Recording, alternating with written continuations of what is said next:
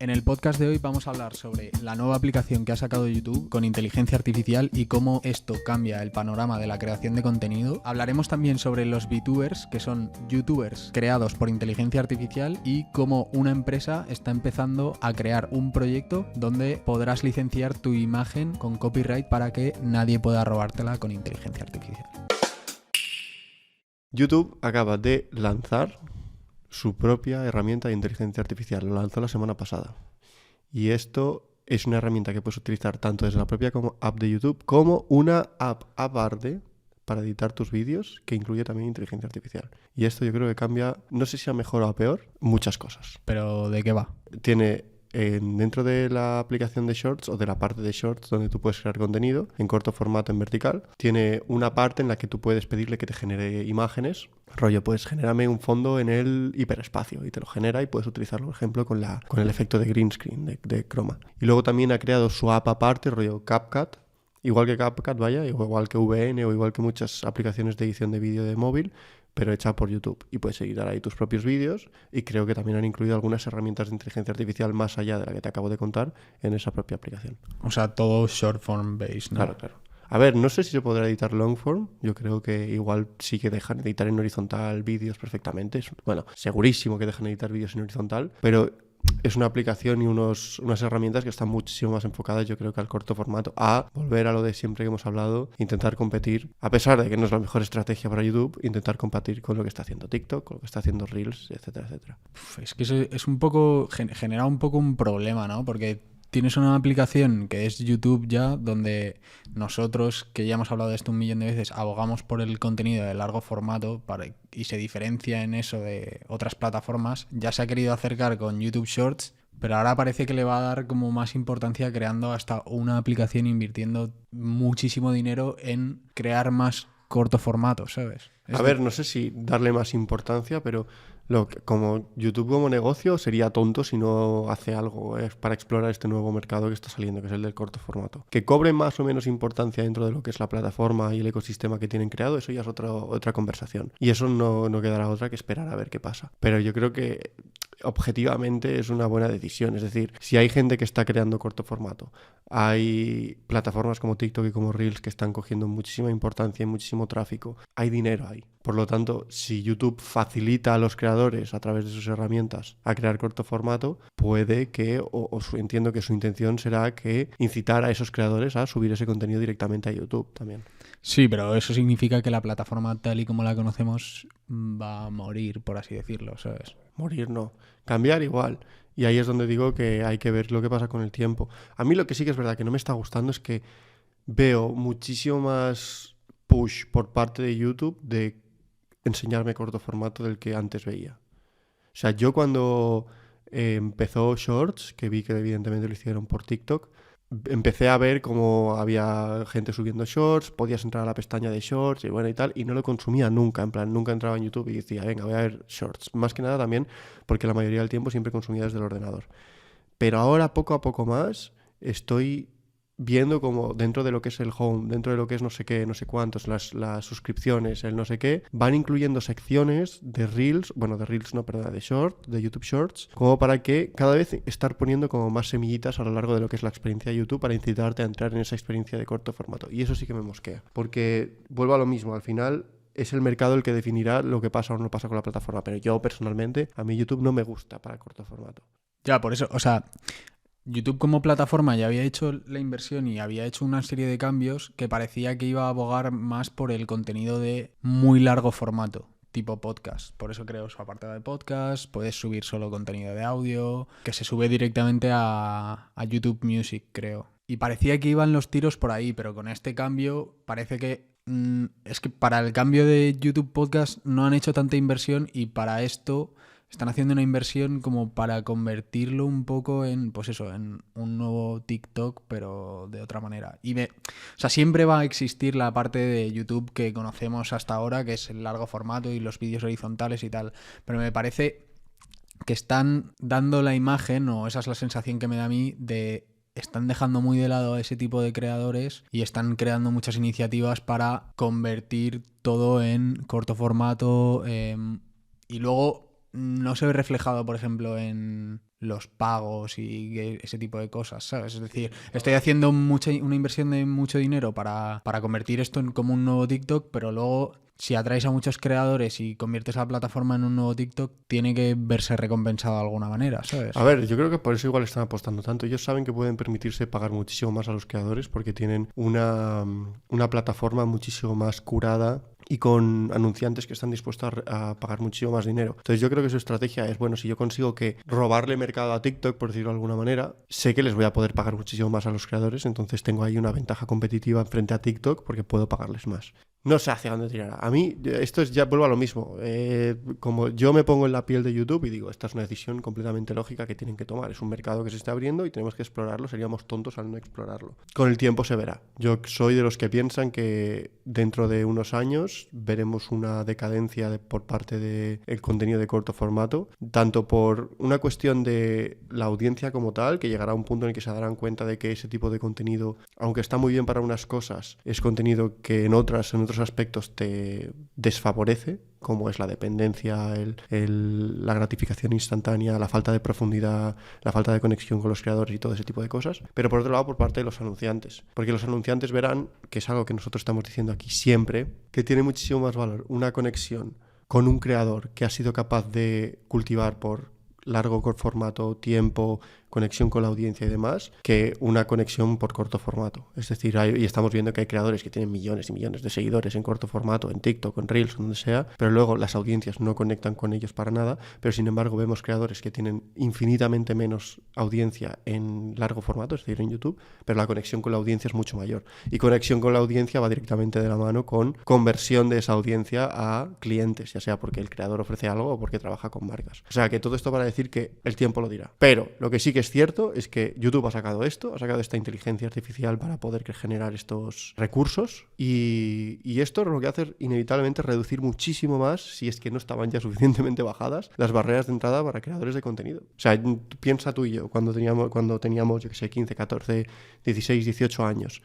La barrera de entrada era mucho más grande. Yo me acuerdo que en aquella época, cuando tenía yo 18 y veía a Casey Neistat, tenía la 70D, que es la cámara que tenemos aquí. Yo me acuerdo que me compré la 70D, plan, ¡buah! Es la cámara de Casey. Me la compré, solo quería comprarme la 70D porque la usaba Casey, ¿no? Y ahí las barreras de entrada ya eran muy bajas. Ya podías comprarte una cámara como la 70D o como una digital, o incluso ya con el móvil se podía grabar y subir vídeos y ya está. Pero seguías necesitando un ordenador, un software de edición, cierto conocimiento de cinematografía, de tal, de no sé qué, para poner textos, para poner animaciones, para poner recursos. Pero ahora ya es que en plan literalmente un crío, y estamos viéndolo, críos con su teléfono hacen contenido y ya está. El otro día me salió, es un tema completamente aparte, pero me salió un reel de unos chavalines que deben tener como 16 años que crean contenido en Snapchat, porque he dicho Snapchat, y se levantaban como, dijeron, $600,000 con un solo show en un mes. Sí, o sea, tú has hablado de temas de conexión con la audiencia y tal, pero últimamente estamos viendo una tendencia donde cada vez más gente quiere ser creador de contenido y cada vez más gente quiere entrar en este tipo de plataformas a crear contenido. Y cada vez, gracias a las inteligencias artificiales, cada vez es más fácil. Uh-huh. Y vemos cómo hay muchísimos canales, que en este caso están automatizados, no completamente, pero sí una gran parte, donde los scripts están creados por una inteligencia artificial y las ediciones y todo también están creados por inteligencia artificial. Entonces, ¿hasta qué punto va a llegar en el que vamos a ver que todo va a estar creado con inteligencia artificial? Cada vez más gente va a querer meterse y la gente se va a meter más en YouTube por negocio que por crear contenido y aportar valor, ¿sabes? A ver, evidentemente es innecesario, yo creo, que decir cuál es nuestra postura respecto a esto, porque es obvia, somos creadores a nivel más purista y lo que nos gusta es crear contenido. Pero si lo vemos desde un punto de vista objetivo, es decir, vale, ¿qué va a pasar a largo plazo si realmente surgen herramientas que te permiten crear contenido en YouTube sin que necesites saber editar, tengas que dedicarle tiempo a pensar en la idea ni a desarrollar la idea? Simplemente es, venga, tal, házmelo tú, lo subo y ya está. No, o sea, a nivel objetivo te estoy hablando, ¿eh? YouTube va a perder muchísimo valor como plataforma. O sea, para mí yo creo que se va a convertir en un sitio donde va a ser todo muy homogéneo. Porque si sí que es cierto que dependiendo de los prompts que le metas a una inteligencia artificial te va a sacar una cosa u otra, pero el aspecto de eso que no es una persona real hablándote y contándote una idea y una experiencia real va a dar como la sensación de que es como todo lo mismo. Ya. Los temas que se van a tratar van a ser tiene muy por qué. iguales. Yo creo que no tiene por qué, porque con lo que hemos visto la inteligencia artificial, el crecimiento que ha habido, nos ha sorprendido mucho. Yo creo que dentro de los próximos 5 o 10 años puede sorprendernos y llegar a esos niveles de realismo y de cercanía y de todo. Estoy convencido de que puede hacerlo. Porque ahora nosotros decimos, vale, la inteligencia artificial se está pasando en todo lo que ha pasado anteriormente para tomar nuevas decisiones, pero llegará a un punto, yo creo, el que tendrá tanta información que podrá tomar decisiones completamente nuevas y creativas y poder acercarse mucho a esa conexión o esa personalidad que tiene una persona, ¿vale? Eso yo creo que puede llegar.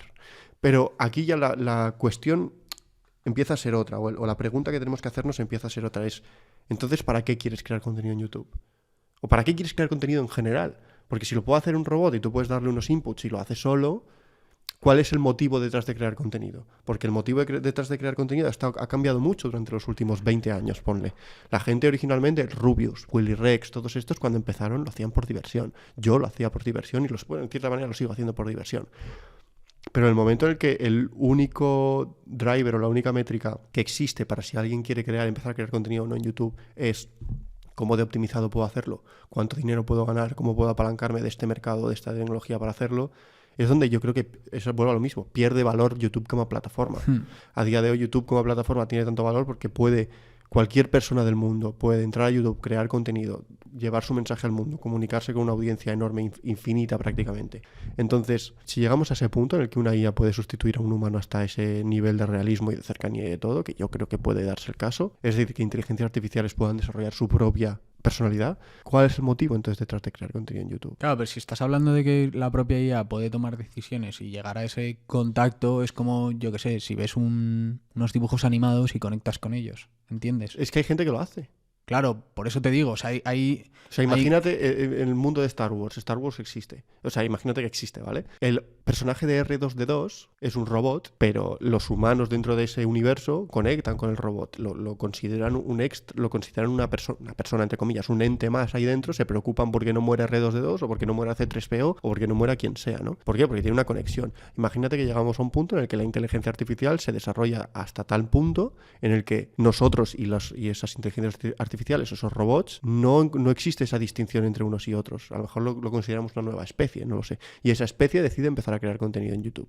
Esto es una fumada muy grande de lo que estoy hablando, ¿eh? Pero imagínatelo. Esos van a tener una ventaja competitiva por delante nuestro porque van a ser capaces de procesar información mucho más rápido y demás. Pero vuelvo a lo mismo. No nos avancemos tanto en el tiempo hasta llegar al punto en el que esos entes se convierten en entes individuales. Que tú puedas, una tecnología de la que te puedas apalancar, como a día de hoy de ChatGPT, pero muchísimo más avanzada. ¿Por qué creas contenido en YouTube entonces? Porque ya no es crear contenido, es como lo veo muchísimo más similar a la evolución digital o la evolución informática que hubo durante los años 90 o 2000, donde la mayoría de trabajos eran un cubículo en el que tú te sentabas y picabas información. Sí, se convierte en una fábrica. Exacto, se convertiría en lo mismo, en una fábrica de contenido. Y eso es una mierda, quiero decir. Pero objetivamente, quien me diga que no es una mierda realmente se está engañando a sí mismo. Claro, pero es que luego, yo qué sé, también ha habido un auge muy grande con lo que se conoce como los VTubers, que son youtubers, pero creados por inteligencias artificiales y que, bueno, sí, de momento hay humanos que hacen unos prompts para crear las ideas que esos youtubers, que son falsos y todo es creado por inteligencia artificial, incluso los guiones, están metiéndoles. Pero va a llegar un momento en el que vas a poder automatizar el hecho de crear esos prompts y entonces va a ser totalmente automático. Uh-huh. A día de hoy YouTube no permite eso, no puedes tener un canal totalmente automático, pero claro, hay una serie de políticas que pues de momento tienen pues esos espacios como grises, que es hasta qué punto no es automático. El hecho de que una persona le dé a publicar, un humano le dé a publicar, quiere decir que ya no es automático, ¿sabes? Uh-huh. Y que todo el resto del proceso sí lo es. Entonces, hay gente que ve a estos VTubers y que se entretiene con ellos y le parecen súper interesante lo que hacen, y hay VTubers que hacen reacciones a vídeos de comida y se convierten en streamers y se hacen un millón de cosas que hacen humanos, pero claro, pueden hacerlo a un volumen 1000 veces mayor que un humano, ¿sabes? Claro, yo el hecho de que sea un VTuber o no, o es decir, que sea un personaje virtual, no lo veo mal. Al final, volviendo a lo mismo de antes, ¿no? Los dibujos animados son personajes virtuales con los cuales mucha gente conecta, yo incluido en ocasiones. En plan, joder, veo, por ejemplo, otro día estábamos viendo cómo entrenar a tu dragón, ¿no? Nos mola mucho el dragón, que si descentado, que si no sé cuántos. Me hace gracia, me mola. En plan, es un personaje con el que conecto. Muy bien. Pero detrás de ese personaje hay un trabajo humano, hay una historia, hay desarrollar una historia, desarrollar unos personajes, desarrollar no solo una historia, sino una historia con trabajo y propósito y mensaje detrás. Si esa propia historia, que es el factor humano que tiene esas cosas, esas piezas de contenido, perdona, la hace ya directamente otra máquina. Es decir, el humano lo único que hace es quiero crear una historia sobre cómo en un mundo donde existen dragones, un chaval que se ve separado a nivel social de su tribu tiene que encontrar su lugar y yo qué sé, y combatir a un enemigo, ¿vale? Y coge y te crea cómo entrenar a tu dragón, te lo crea automáticamente. Ya, pero plantéatelo de esta manera. Imagínate que en vez de que pase eso, tú te encanta un podcast, por ejemplo, yo qué sé, ponte el de Colin and Samir y tienes una inteligencia artificial que te saca uno de esos cada 15 minutos. Y tú quieres más y más y más y más y consumir más. Y Por eso, yo creo Colin que... and Samir hasta cierto punto tiene un límite, pero imagínate que hay una inteligencia artificial que es capaz de hacer una imagen exactamente igual que la suya, porque va a ser posible, gracias a los deepfakes y todas estas mierdas, y es capaz de sacarte, en vez de uno a la semana, te saca uno al día. Y te habla de la Creator Economy y te habla de temas que hablamos tú y yo, o que hay una inteligencia artificial que es capaz de replicar nuestro podcast y en vez de sacar uno a la semana o uno al mes, saca uno al día. Sí, entiendo lo que dices. Yo creo que ahí entonces el valor de la información va a decaer completamente. Igual que ya ha decaído hasta ahora, el valor de la información va a decaer aún más. Es decir, más que nada porque no tenemos la capacidad de procesar tanta información. Por mucho, o sea, estamos metiendo mucho esfuerzo a poder crear información de manera mucho más rápida, gracias a IAS, gracias a tal, gracias a cual. Pero es que nuestra capacidad de procesar información no está aumentando, es la misma. Ahora ya el otro día no me acuerdo cuál era la cifra, pero vi como que cualquier humano de a diario está como viendo como 10.000 piezas de información diferentes. Sí, impactos. Impactos de información, exacto. No somos capaces de procesar eso. Nosotros automáticamente hemos desarrollado un sistema que en microsegundos nos sabe decir si queremos prestarle atención a algo o no queremos prestarle atención a algo. Compara nuestras vidas ahora con nuestras vidas hace ya no solo 50 años, sino 300 años. La información que teníamos era una carta que llegaba en paloma mensajera y una vez o dos veces al mes. Esa es la información que teníamos y lo que se comentaba en nuestra localidad y ya está. No había tanta información. Evidentemente el avance no podía ser tan rápido, pero no había tanta información. Si ahora me dices que duplicamos o triplicamos exponencialmente la información que somos capaces de generar, me dices, ¿no? Colin and Samir suben un podcast en lugar de a la semana, uno al día. Yo no voy a poder verme un podcast al día de Colin and Samir, pero ni yo ni nadie, porque si lo hace Colin and Samir, lo hará. MrBeast sacará un vídeo cada semana o dos cada semana y tal, y no sé qué. Igual que lo harán ellos, lo harán todos. Entonces, el valor de la información cada vez será menor, porque todo el mundo podrá generar información. Entonces, nuestra capacidad de prestar atención y de concentrarnos, que ya es crítica, la capacidad de realmente prestar atención a algo y no distraernos, que yo me estoy viendo en ese caso, tú también, y lo hemos hablado en otro podcast, va a ser todavía menor. O sea, esto inevitablemente va a afectar a las conexiones humanas, porque la gente no va a poder tener una conversación normal como estamos teniendo hasta ahora, porque la otra persona no va a ser tan estimulante como abrir el móvil y consumir 50 cosas de información, 50 piezas de información distintas. No, desde luego. Pero es que el problema no acaba ahí. O sea, con todo el tema de inteligencias artificiales, los deepfake y tal, es muy probable que, yo qué sé, cojan y digan, quiero crear, Colin and Samir, por ejemplo, tienen un programa y yo quiero crear ese mismo programa. Y entonces utilizo una inteligencia artificial para replicarles a ellos sin su consentimiento y crear un programa que habla de lo mismo y como crear más contenido, no hace falta que sea un podcast diario, pero crear más cantidad de contenido y llegar a más personas y lo hago, ¿sabes? Y puedo hacerlo. Y no pueden decirme nada, ¿sabes? A día de hoy, dices. A día de hoy.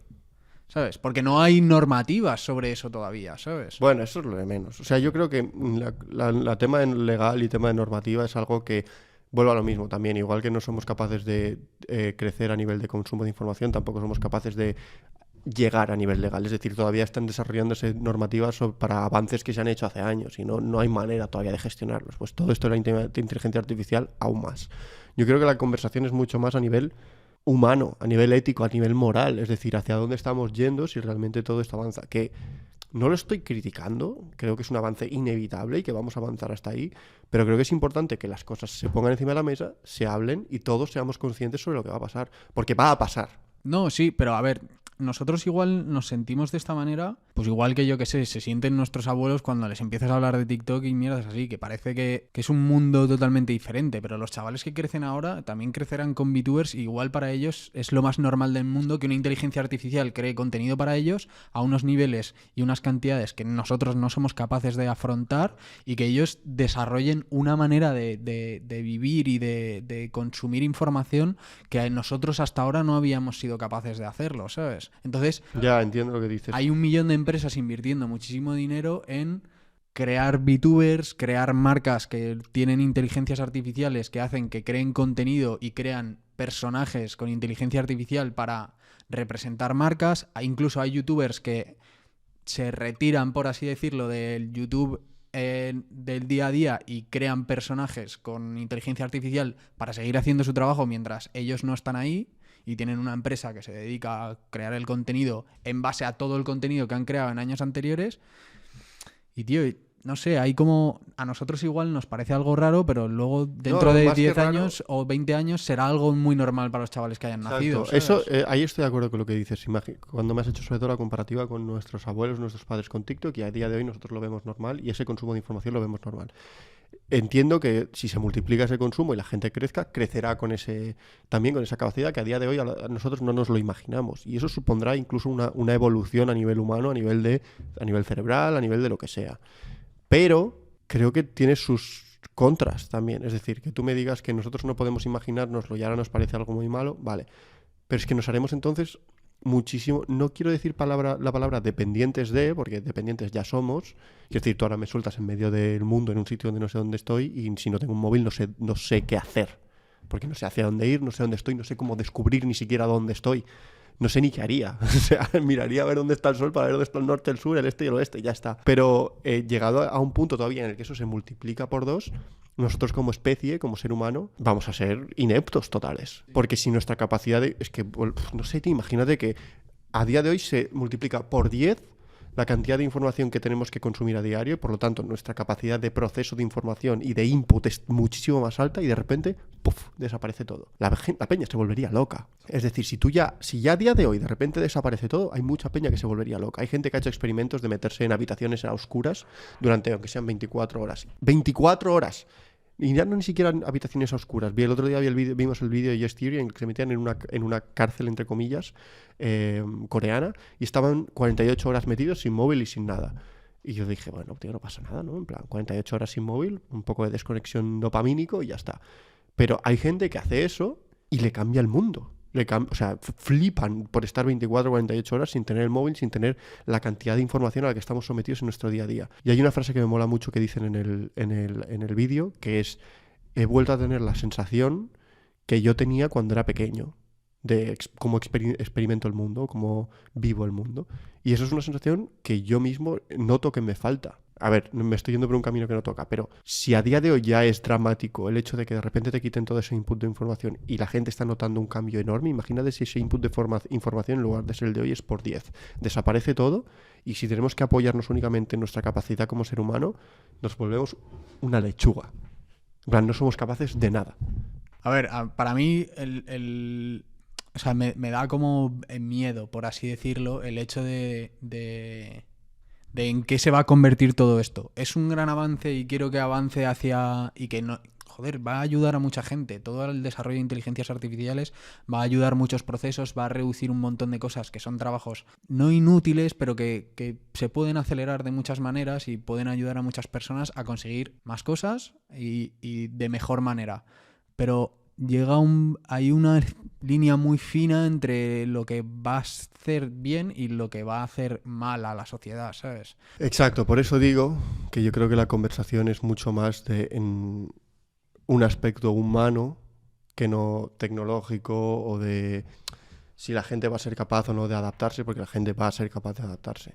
Pero es cómo va a afectar esto a nivel humano. Yo creo que eso es lo más serio. O sea, también me da miedo porque ahora mismo cualquier persona puede crear con una inteligencia artificial cualquier cosa que... Esto lo decía Gary Vee en una conferencia, es dentro de 10 años habrá más clips de mí creados por una inteligencia artificial que clips de mí que haya dicho yo de verdad, ¿sabes? Porque tienes tanta información de Gary Vee a lo largo de los años que eres capaz de crear nueva información y nuevas frases, palabras, vídeos.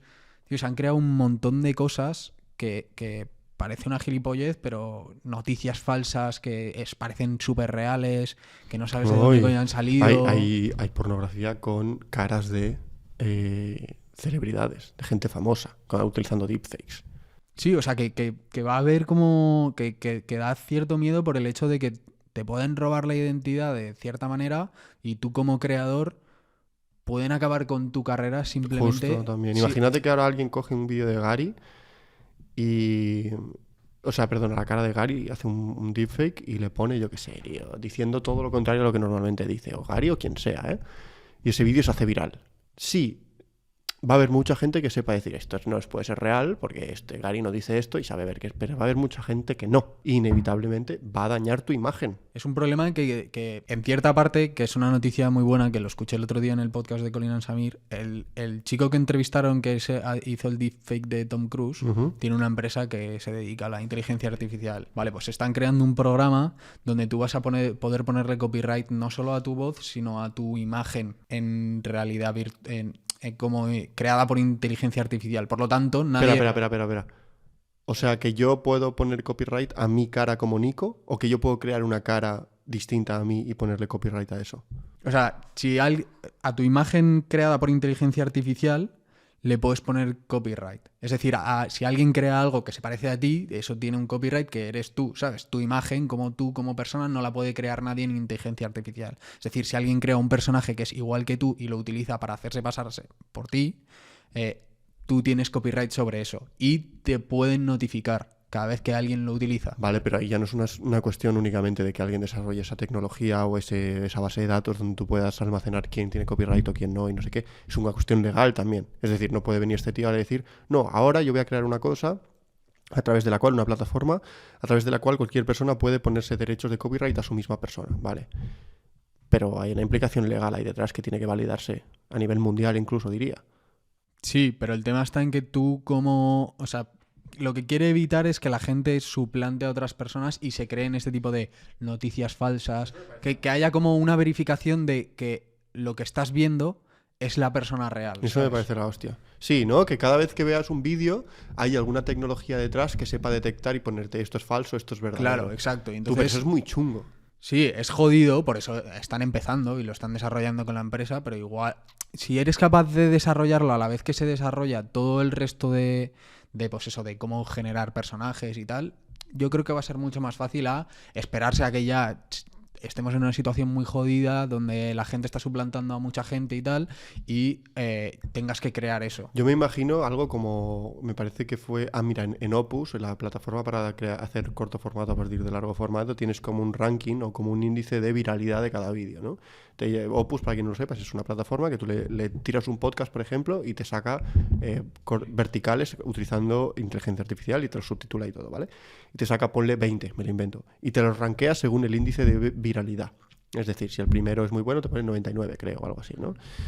Yo me imagino una herramienta, una tecnología que haga lo mismo a los vídeos. Es decir, imagínate que ahora sale un deepfake de Donald Trump diciendo una barbaridad, que puede ser un deepfake o no, porque este hombre suelta muchas barbaridades, y te pone índice de realidad o índice de que este vídeo sea real, pues un 10 sobre 50 o un no sé qué. Y entonces la gente puede tomar decisiones a medida que ve el contenido de una manera más lógica. En plan, si ve a alguien que dice una barbaridad, dice... y pone índice tal de no sé qué, dice, hostia, igual me tengo que creer o no. Voy a puedo o investigar más o no investigar más. Pero la audiencia tiene más información. Pero el programa que está creando la empresa esta no solo acaba ahí. Es decir, tú cuando le metes copyright a lo que sería tu imagen, tu voz y tal, tú puedes permitir que la gente lo utilice. O sea, puedes dar permiso. Claro, pero puedes monetizarlo, ¿sabes? Bueno, como en YouTube entonces. En YouTube tú subes Exacto. un contenido con una canción de copyright y los dueños de esa canción pueden decidir si quieren dejarte usarlo o no y bajo qué condiciones pueden usarlo. Y ellos pueden lucrarse de que tú lo uses o no. Que lo que iba a decir es que YouTube a día de hoy lo que ya tiene es una herramienta que detecta si alguien está subiendo o no tu contenido a otras a YouTube también desde otro canal. De hecho, a nosotros nos ha saltado muchas ocasiones en plan, hay estas personas que están subiendo tus mismos vídeos pero en sus propios canales. Claro, la idea es eso mismo, pero en vez de que con tus vídeos, con tu persona, imagen, con tu imagen. Para que nadie pueda utilizar tu imagen de manera ilícita o crear contenido que pueda dañar tu persona, y entonces tú puedes decidir si vetar ese contenido, si dejarle que lo suba y además monetizarlo y ese tipo de cosas, ¿sabes? Pero bueno, sigue todo en sus primeros pasos y queda un montón de camino por delante, ¿sabes? Bueno, pero está bien ver por lo menos que detrás de toda esta conversación que acabamos de tener hay ciertas iniciativas que ya por lo menos están avanzando hacia mitigar esos potenciales fracasos, esos potenciales desastres que pueden ocurrir.